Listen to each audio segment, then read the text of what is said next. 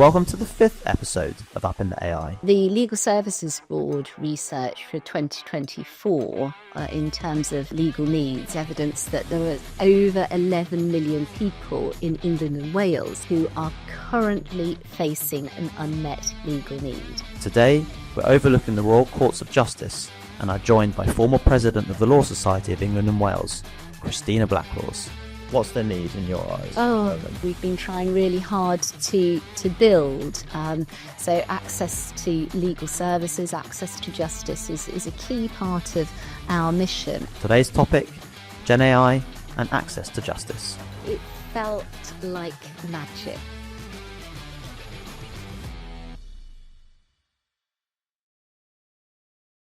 Thank you so much, Christina, for coming on. It's such a pleasure to have you on the podcast. It's my pleasure. Thank you for asking me. Amazing. So let's start off with your very impressive CV. Senior partner, COO, head of innovation, president of the Law Society, admissions panel for cases. It's pretty much nothing you haven't done. So I've had a long time. Well, maybe talk us through from the beginning. Okay, so I actually started off as a children's rights lawyer. Oh wow! Yeah, that was my first, the very beginning of my career. Yeah, post Oxford, and having been in cloistered towers for quite some time, I wanted to do something that really made a difference to vulnerable children. So my job was representing children in public law proceedings. So when they were neglected or abused, they had their own lawyer. And that was, fabulous work, and really, I think, sparked the passion for me about, which I think I can track through my whole career, about really wanting to make a positive difference for vulnerable people, but, and for society in general. So that's where I started. And I very soon learnt that to be a woman in the 1990s and to get on, I had to probably set up my own business. Right. which I did in the early 2000s. Yes. And then my sort of second big insight then was around technology. Yes. So access to justice, women's rights and the gender agenda and the use of technology for good have been things that really I have tried to progress all the way through. And how was it starting your own firm? Was it at that point, was it an ABS? No. This is all pre-ABS. Right. So the firm was in family law and social justice issues. And what I recognised, I think, it was at the point when there was talk about alternative business structures. And I thought it was really important to try and push the boundaries away from the really traditional way that we had practiced law. So, we had, in my former firm, we've been serving a community really, really well, but I wanted us to be able to do that more nationally. So what I did was, and this is when I learned to code first time, was to set up a sort of technological structure which enabled people all over the country to work through my law firm as long as they were regulatory compliant, as long as they, acted in the best interests of their clients, then they could work when and how they liked. And that was a real enabler, actually, particularly for a lot of women, a lot of working mums, and a lot of people who just didn't want to spend their entire lives on, running a law firm with all the headache and admin that comes with that. Yeah. And so we got a lot of people who wanted to become part of that. Yeah. And technology as the foundation was really, really important. So we built workflows and various sort of things with the very clunky tech that we had in the early 2000s to be able to support people to embed best practice into what they were doing as well. And what was the reception to it? Yeah. I mean, people loved it because I mean, it's difficult to imagine now. Right, that because there's so much virtual working and so many of these kind of things. But this probably was the first one. Oh my goodness. I mean, I had one brilliant lawyer come to me, Yeah. very senior, really excellent lawyer. And she came to me because her firm wouldn't allow her to take off from 4:30 on alternate Wednesdays to take her son swimming. 4:30, that's 1 hour. Yeah. It was unacceptable. They weren't willing to do that. So there was just no flexibility at all. So this was a real enabler. And what it meant was that many women in particular were able to continue to flourish in their careers, to do the thing that they loved, without having to make the sacrifices, perhaps in family life that was unacceptable to them. Yeah. I mean, because if you look today, obviously these are completely commonplace, all these arrangements. So, but then you wouldn't have had kind of video calls. It was purely virtual in terms of location based. It absolutely was. So yes, we didn't have video calls, but we tried with what we had at the time to be able to keep in touch and keep that sense of community as well. But there was a lot of like-mindedness, I think, already with the people who wanted to join what we called a virtual law firm back in the day. Those were really, really fulfilling, happy times when I felt that this was a model that worked.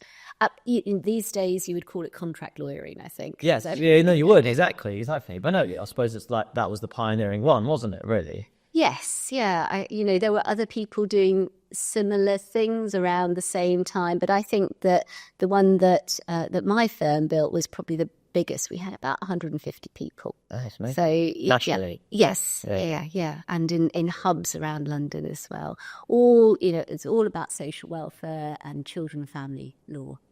And then you moved over into the kind of COO, head of innovation kind of role. Is that kind of the right chronology of it? There's a little jump in between, which was the Co-op setting up the first ABS. So chronologically, as I said, we had this big shift with the Legal Services Act, which, although it's dated 2007, didn't actually come into force until 2012. Yeah. So we had a lot of time to think about it.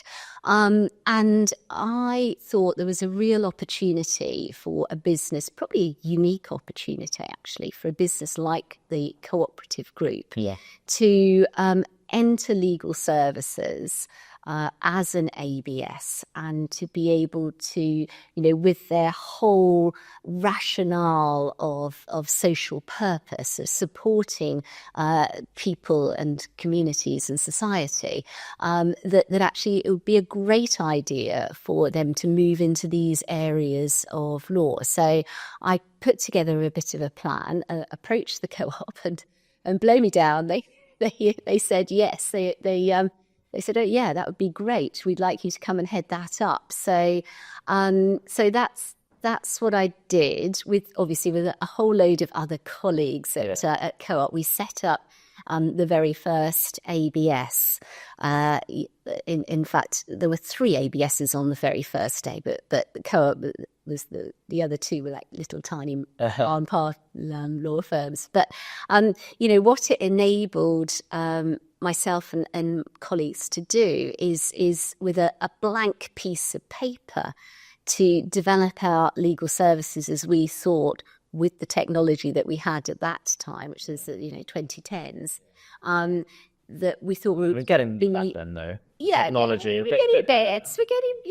We have some reasonable case management systems. There's a bit of agility and flexibility in that. And, what it enabled us to do is to develop fixed fee, modular,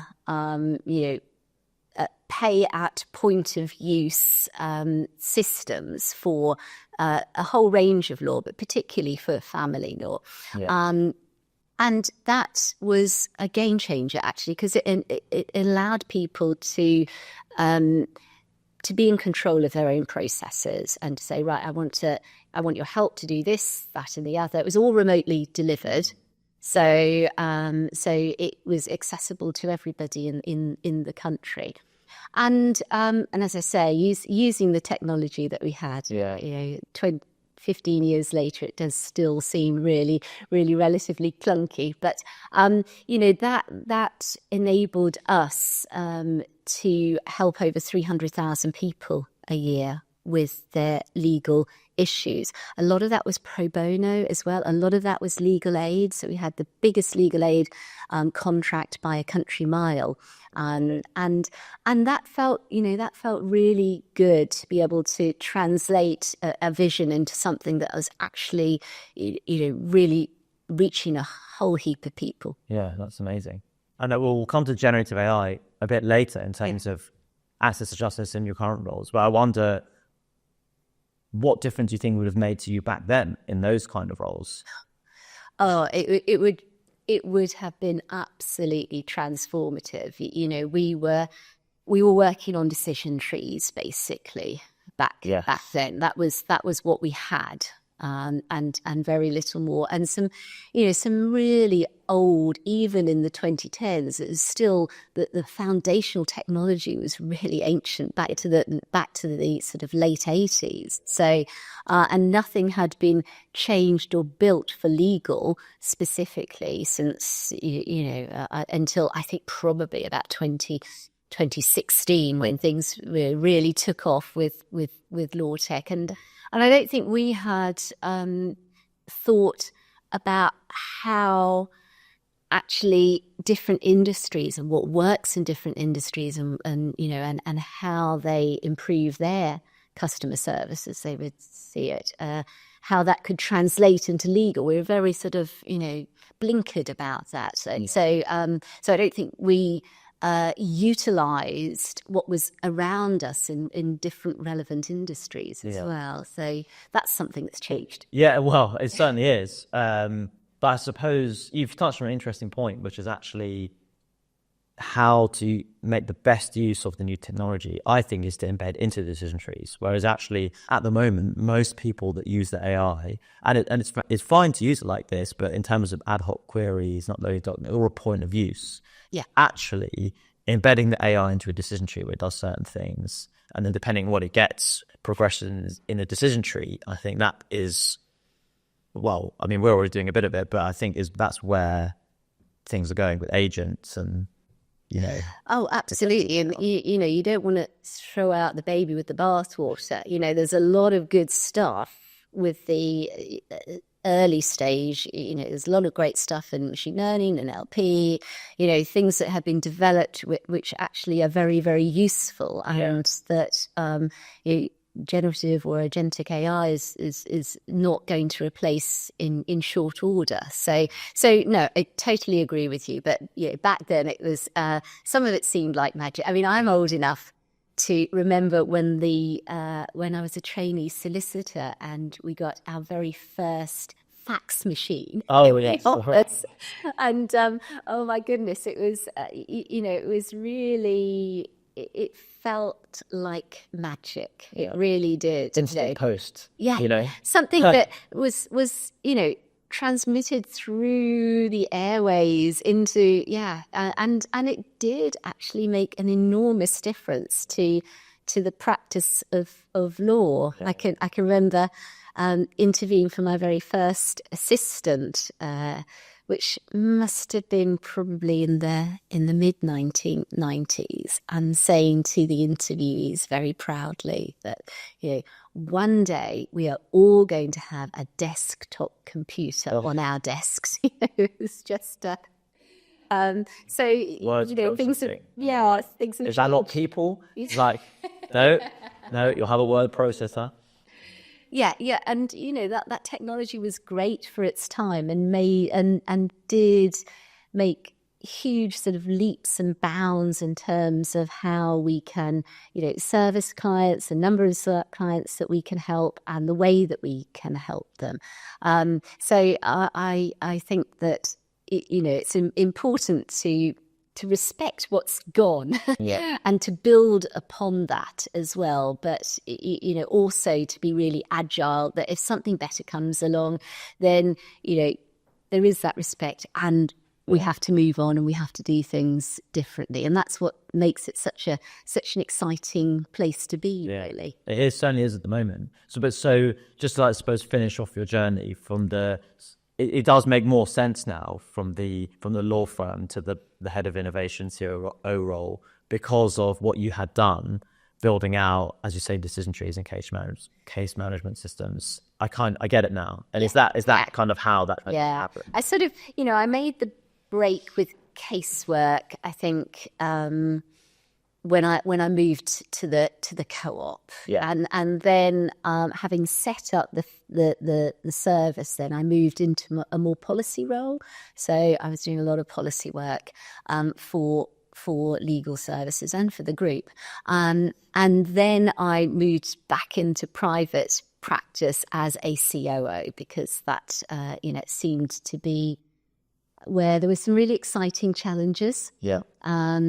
And I loved process, even though it was, at that time it was still a really dirty word.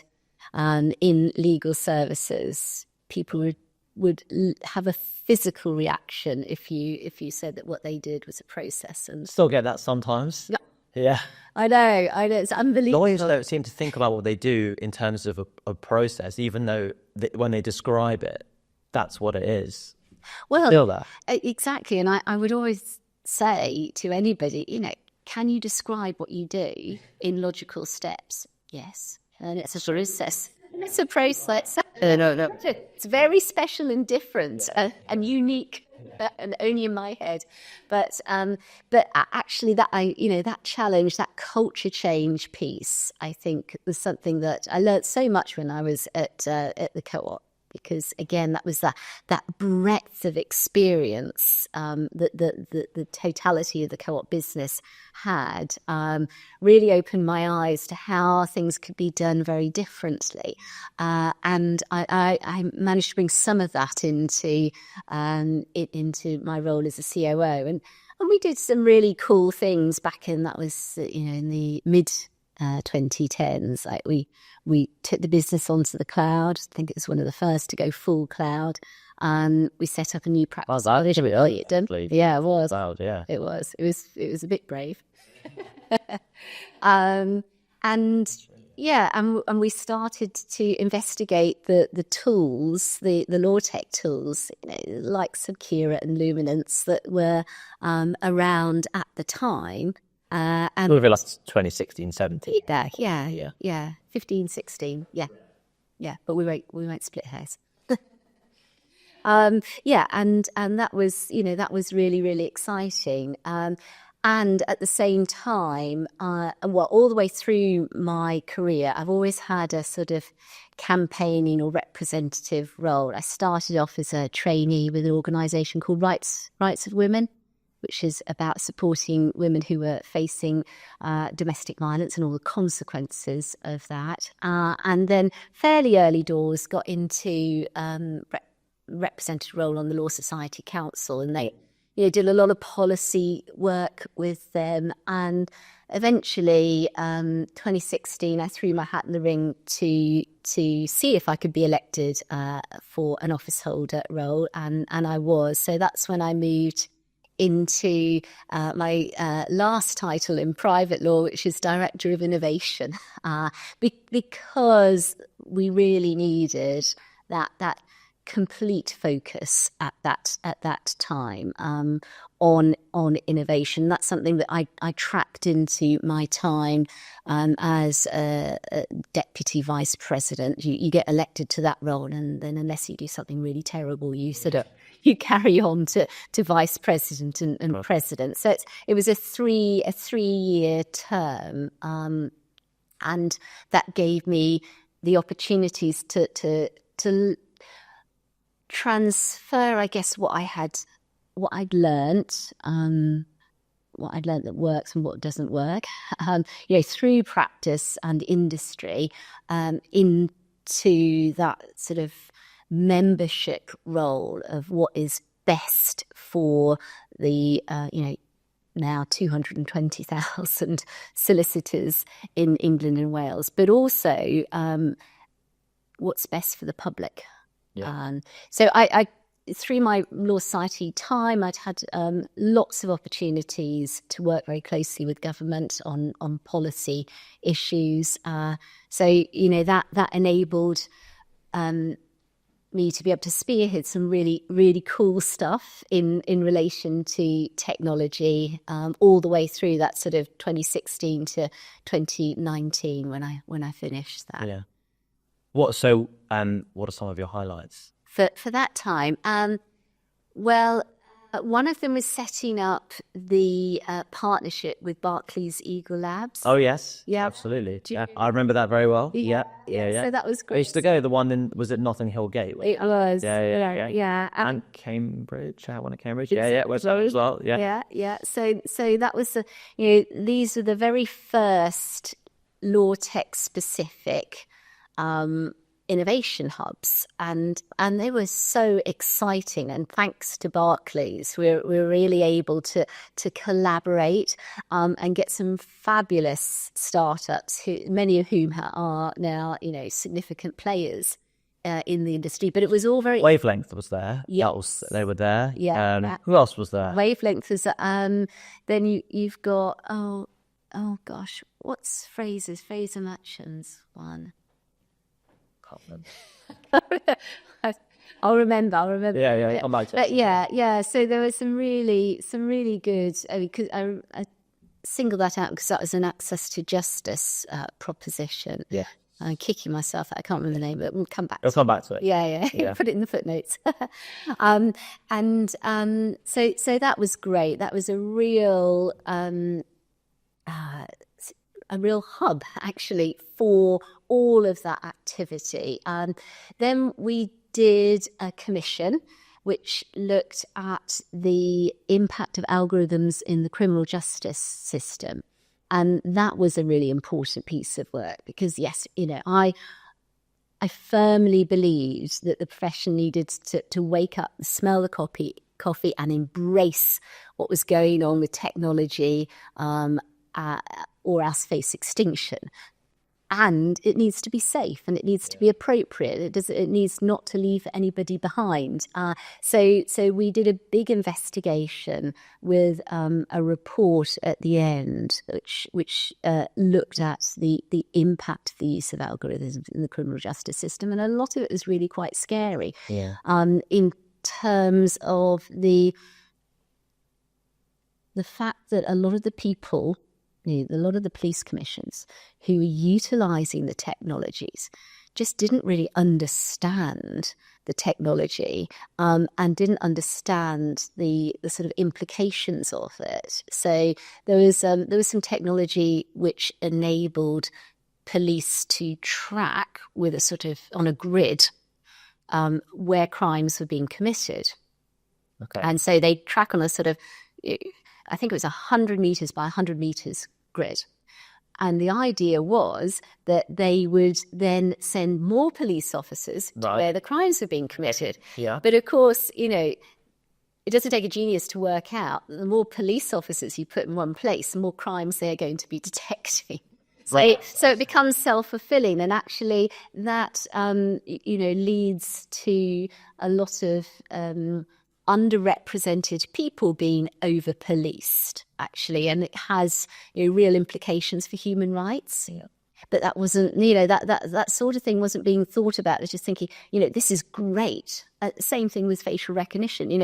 It's brilliant. It's so good. We don't need to think about all of the concerns that come with that. So I really think we need balance in this. So we did that as well. And then we did a huge piece of work with Oxford University, which was another piece of research around what were the barriers to adoption of technology in the profession. And actually, I think those barriers, even though this research is dated 2018, I think they're still there. Some of them are still there. Yeah. Some of them are, and a lot of them are systemic. Which is about the partnership model, the billable hour. That we're wedded to this, and that's across the whole of the industry, not just in private practice. That, as Richard Susskind always says, it's very difficult to get a room full of millionaires to accept that their business model is wrong. Yeah. So it's really in big law. I think there are still a lot of challenges to adoption, but nonetheless, that piece of work shifted things on so that we could then say, okay, well, if these are the problems, then this is how we're going to address them, and then we can get to this point, which is a much improved position, both for the clients and for the law firms. It's interesting talking, because I think the thing that generative AI has kind of brought to the fore over the last, probably, give it a bit of a grace period, let's say 18 months, year to 18 months of actual proper usage, is there's a bit of a break between the fact that law was always kind of a subject of how much time is it going to take. Yeah. This is quite hard actually to quantify the value often of the legal services. Obviously have a value, immense value, but unless there's a monetary value associated with it, maybe, if you want settlement, or it's like, your service has directly enabled a transaction of X value to go ahead, it's actually quite difficult to value what that service has been. And so the proxy has been, well, how much time did it take? Yeah. But there are certain things that generative AI can do very, very quickly. So now it's no longer appropriate in all cases to say, well, the value is just now the function of the time. And I think that has sparked a lot of value-based pricing conversations across the industry. Yeah, and a lot of value-based pricing anxiety. They think, because everyone recognizes that we need to change the pricing model, and then they sort of get a bit stuck as to what and how, and what will the clients accept in relation to the investment, let us say, to get to the point where their answer can be produced in seconds as opposed to 100 hours of work. So I don't think anybody's really cracked that yet, and I think we need to put more work into it, because at the moment there's not there's discussions in law firms, there's discussions between the client level where they understandably want to see the benefits of this. The law firms want to retain as much as appropriate of the benefits. So we've got to come to a consensus about how we're going to do this that makes it work for everyone. And I think the answers are always going to be in collaboration and transparency. Yeah. It's clients are in business. If they're business clients, they understand that they understand that law firms need to make a profit. But former private practice lawyers themselves. Yeah. Oh, yeah. Absolutely. Most of them have been in that place. So I think it's really vital that we have those open, honest conversations, and particularly in financial services, some of this is being pushed very much by big institutional clients. Say, we're not going to do billable hour anymore. Yeah. That's an end of it for us. Yeah, right? Yeah. So it's probably getting to that for some clients, isn't it? Yeah. Well, I think it's already there in financial services. So it will then, other clients, I'm sure, will follow suit. Yeah. But I suppose one of the areas where it will undeniably be a benefit in terms of the time saving is legal aid and pro bono access to justice, because ultimately we're talking about big backlog. How can you reduce the backlog? And ultimately, and it looks unlikely that there's going to be, let's say, a whole swathe of new legal aid lawyers, coming out in the budget. So how can you make more of what you've got? But maybe let's start with, how do you see the need? What's the need in your eyes? Oh, well, I think it is absolutely enormous and growing, unfortunately. So the Legal Services Board research for 2024 in terms of legal needs evidenced that there were over 11 million people in England and Wales, that's over a quarter of the adult population, who are currently facing an unmet legal need. And then for small businesses, it was also huge. I think they had 15.8 million unmet legal needs. In total? In total, yeah. So they had a multiplicity. Although in that many businesses? Yeah. Well, small SMEs account for nearly 100%, 99.6 or something % of all the businesses in the UK.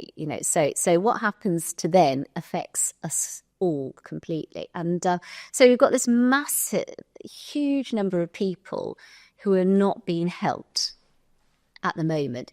And then you add all the people who are already in the system who are not being helped because of the court delays. Yes. So that the whole system is in disarray. And I think we're at a bit of a crossroads, actually. I get really exercised about this. I think we could now make a real difference in terms of access to justice. I think the technologies are there or thereabouts. And if we don't, then we're going to move into a situation where, big law firms, I'm pretty confident, will continue to adopt and adapt. Yeah, you see that all over. There's a lot of innovation. There's a lot of innovative thinking. But whereas if you look at, not-for-profits, social enterprise, small law firms who are trying to support the vulnerable, the needy, those who can't afford, they are still doing everything on string and sellotape, and it's and there are obvious reasons for that, but basically it's about resource. Yeah, well, it's hard to do transformation if you can't step away from the day job. If you've just if you've got a tsunami of need hitting you every day, and then of course there isn't the infrastructure as there is in big law, where there are innovation teams, there are people whose jobs it is to really focus in on this, then it's, inevitably it is going to be really difficult. And, that is replicated out in the law tech space as well. At Law Tech UK, we have completed again with Oxford University an ecosystem tracker. So basically what we did was identify all of the law techs that have a UK base. And last year, 2023, there were 356 of them. And of those 356, only 7% were focused exclusively in the business to consumer market. Yeah. And of that 7%, the vast majority were in conveyancing and wills and probate. So almost nothing in what I would call social justice, social welfare. So debt, housing, immigration, welfare benefits, domestic abuse. These areas are not being touched at all. Whereas what the Legal Services Board survey showed is that 45% of that 11 million were actually social justice issues. So it's a massive underserving of this population, and that's why I'm really passionate about it, because I think we need to push for it, and I think there is a real role for government in this space as well, because there is not the current, but commercial product out there to be able to service these people. Yeah. So I think I think we can develop it.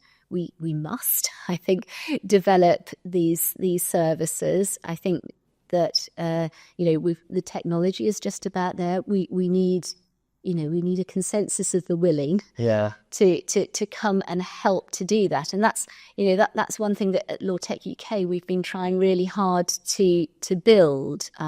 So access to legal services, access to justice is a key part of our mission. And we have started, it's early days yet, but we started to convene the people who I think will be able to identify and then ideate and build the solutions. So people like you, Joe. Yeah. Well, we had an interesting, for the benefit of our listeners, so we had an interesting double workshop recently. Of day one was the clinics and the charities and, also academics coming together, talking about how they saw the need. And then day two was, the law firms and the vendors and the consultants coming together, having a look at those problem statements and basically just discussing them. And then we've been speaking to various clinics after that to see, how we can help. But so it's interesting because you said that there's nothing that's can use the technology to currently service, which is obviously true. But I wonder, what would be your view on if ChatGPT itself has been a net gain or loss for access to justice? Because obviously, on the one hand, not everybody can use it. Obviously, that's part of it in terms of the digital gap. But it is, obviously quite widely accessible and it's free. Gives passable, good answers. So it will help some people, but then it'll miss stuff as well. But so there'll be, there's both sides of it. What do you reckon? Net gain or net loss? Yeah, I'm going to be slightly controversial here because, in a world where there's nothing, I think even something that isn't perfect is better than that. And what I really like about the LLMs is their ability to be able to engage with people where they're at. So, you can set levels of understanding in their own language. Yeah. Yeah. And voice as well. So you don't need literacy skills that you might have needed previously. So for me, I think it's a great leveler. Yeah, I really do. 100%. And I know that that's not what most lawyers would say because they would point to all the problems. But if you balance out the fact that people are just not resolving their problems, not getting any insight, not getting any understanding of their problems against, having advice that may not be perfect, but at least gets them off the starting block and gives them some insight and information. And I think that, where we could go from that in terms of building systems that actually really work for people is to be able to get, to get that populated with the best information so that people are able to, with confidence and on good data, really be able to understand whether or not they have a legal problem. Yeah. If they have a legal problem, what the remedies might be, as I said before, and the way that they can understand it. And then at the very least, point them to where they might get more help and support. So that whole sort of self-serve thing, I think, is really, really important. But, there are other really valuable use cases here. And like you said, working with the not-for-profits and the charity sector to really support and turbocharge what they can do. Because at the moment, they don't have the hardware, let alone the software, let alone the people who are able then to develop it in a way that works for their client base. But you can imagine fairly easily the use of LLMs to harvest data from the proverbial shopping bags of information that are brought in by people. Get a great chronology, a first draft, the letters, all of these sort of things. And then, of course, where it gets really exciting is around, legal assistants, co-pilots, and agentic AI, that actually can automate you through a process as opposed to just doing fill out the form, not like go to the site and populate the relevant bits of information that you've told it, not just give you advice on how you need to do it. I think that is definitely the next step, isn't it? Yeah. But I suppose, okay, so, and that's what contends are trying to do, right? That Yeah. Contend will definitely want to have a look out for.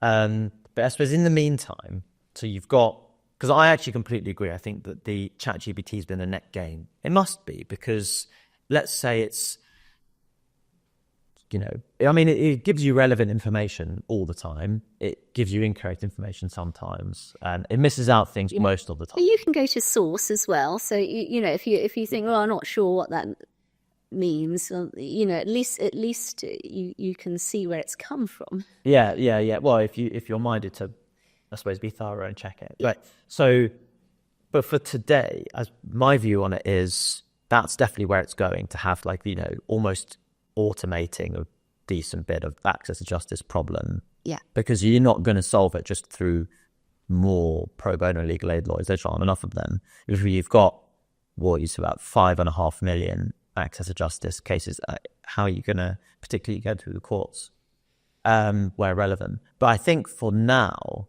in terms of the interesting, safe way of leveraging the technology, for me, it's about, can we, to increase the productivity of legal aid and pro bono lawyers, can we have a generative AI driven gathering system which speaks to people? So let's say you approach your legal clinic, and you go into the queue, and then you speak to someone. There's a kind of long kind of interview, and then it's like, okay, right now I need these documents, and then you have another thing, and then I don't need this now. And I think that actually the generative AI could do a lot of that up front in terms of the gathering of all the relevant information, so that when they have their first conversation, the lawyer has already read everything and has got all the relevant information, so that they can advise immediately, as opposed to 2 weeks later, because they need to wait for the right stuff to come in. You're completely right, Joe. And one of the major problems in terms of people who need advice in social welfare, social justice issues, is that they quite often have a multiplicity of issues. And it's a real thing, advice fatigue, having to, and it can be re-traumatizing for people, having to tell their story over and over again. So, ideally, if we could have a portal that, and this is not like rocket science, is it? But where, with that person's consent, other advice agencies are able to access that harvesting of the information, then that starts to feel really, really useful. Something that stops attrition of people with genuine need just falling out of the system, means that they only have to tell their story once. Yeah. And the data is captured, and that would enable advice agencies to help so many more people than they can do at the moment. So it's scalable in a way, and of course, as you said before, not everybody is digitally enabled. So for perhaps vulnerable end of society would still need support and help to do that, but it's at a much lower level of support. And of course, the other great thing is that for people and for advice agencies, if they don't have to have people necessarily with fabulous legal skills, if we can produce and provide a system that actually does a lot of the legal analysis as well. They would need people who have really good, as I think all will need in the very near future, just really great people skills. Yeah. Be able to engage and to build trust and relationship with, and even if it's just have more time to do that with vulnerable people in huge need. Well, that's all to the good. So speaking to one of the clinics on the back of one of the workshops that we had recently about, I think we can all agree that we will, and it could be soon, but let's say over the next couple of years, have the system, that direct-to-consumer advice system driven by Jones. I think we can all see that it's possible. Yeah. But like, what about today? I think that's today that the technology could still massively improve the productivity of the clinics, etc. And so one of them made the point of, you know, the digital gap, and, you know, have you to download the app and you have to have a phone. I think that just excludes many people. But what you can do is plug the whole thing into, let's just say, a telephone number.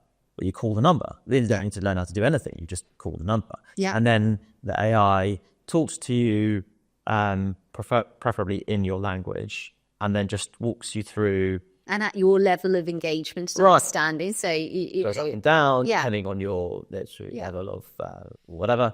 And I think that, you know, it does, that there's something to be said there for promoting inclusivity at scale. That is quite exciting. Yeah. Yeah, it is. And as you say, you know, we can almost taste it. It's very close. It's getting there, isn't it? It's really close. I know. And it would make such a huge difference to all of us in society, actually. You know, where if people can have their legal problems, even if they don't recognise them as legal problems, you know, they just think, I've got terrible damp in my rented accommodation. Even if they don't, they can get those resolved, hopefully a lot of it without going to court. Yeah. You know, and there's a lot of evidence that, you know, the further back we go in pipeline in terms of process to solve issues, the better the outcomes are. So, you know, if we get better decision making at, you know, at tribunals in relation to welfare benefits, we don't have to repeal them. We don't need to, you know, and all the consequences of people having to wait for decisions. You know, so I think it might well take out significant numbers out of the court process, which obviously is under enormous strain at the moment as well. So you know, it could have a really beneficial impact on justice in this country. Yeah. And that's certainly something that's worth going for. Yeah. Much needed. So what would be your view on, if you could wave a magic wand? I suppose you've had so many different perspectives: practice, that's justice, law society, government roles. If you could wave a magic wand now so that different organisations could collaborate together, what would that kind of look like?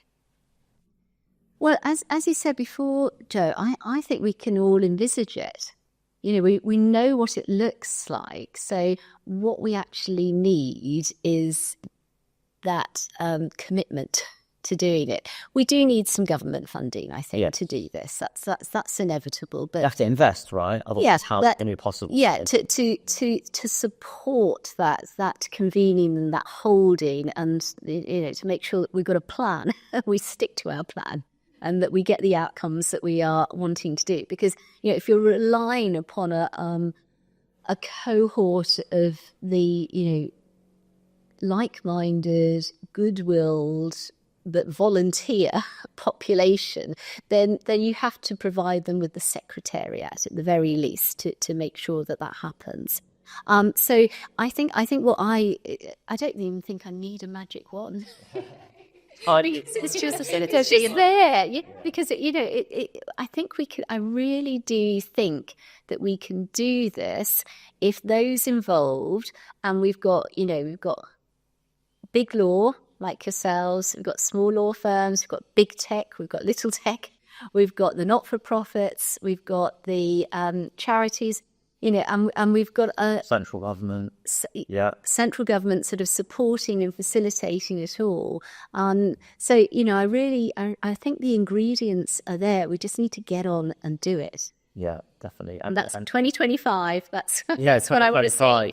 I mean, you'd love to think that by the end of the decade, you know, that there would have been massive strides in meeting unmet legal needs via, well, today you would probably say generative AI, but in theory, it could be some other AI or other system that comes out, but the speed in which it can produce relevant content, advice, information to the people that need it can kind of increase throughput. You just kind of think that it must be that we can find a way to make it work for the 5.5 million plus people in the country that have unmet medical needs. And, as I said before, I think that one of the things that we can get out of this is better data to give us better insights, to understand where the problems occur and to address the problems, before they happen. That's really, I think, what would be the ultimate goal of this. And I think, maybe not by 2030, but maybe by 2035, we could look to embed all of that. So it's sort of hardwired. We have, right first time decision making by all government bodies about people in need, for example. That would be transformative, and that is what good AI and good data can give us. Yeah. I do want to put a little health warning though. God. It has to be good data. And, one of my real worries about us sort of, running full pelt into the brave new world is that we don't hardwire all of the bias and all of the terrible things that have happened in our communities, in our the AI. Yeah. And I say all of it because it's not just 2024. It's it is everything that has been collated into the internet, and if we hardwire that, that is going to be terribly bad for women and for any underrepresented people in our society. So we need to find the ways to ensure that that data can evolve. You'd like to think. Sorry. No. I'm just going to say into the sort of data that we want to base our decision making on in the future. Because you'd like to think that, as you're going back to your paper from, probably about 6-7 years ago, on the algorithms in justice system, that actually new algorithms taking into account the latest technology would be hopefully programmed to not include the biases that you're talking about. You would hope that, but then there's some evidence that says that the large LLM providers are getting rid of their ethics and integrity teams, and because they need to just move faster and harder because there's so much money involved in this. So you would hope, but I don't think hope is enough. I think we need to ensure that the information upon which we are basing all future decision making is fair and transparent, and that perhaps even liberates us from the biases in society as they currently stand. That would be the ideal, wouldn't it? Yeah, I saw something interesting over the weekend, which was the latest GPT model, which is 01, not preview, but the 01 when they were it just came out in the pro version. Anyway, apparently in the research paper that they released with it, it says something 2% of the test cases they did with it, it tried to escape from the system and copy itself. I was like, okay, it's not great to be hearing that, but yes, that's just dystopian. Yeah, I know. Anyway, Christina, thank you so much for coming on the podcast. It's been so great to have you on, and thank you very much. Oh, it's been my pleasure, Joe. Thank you for having me.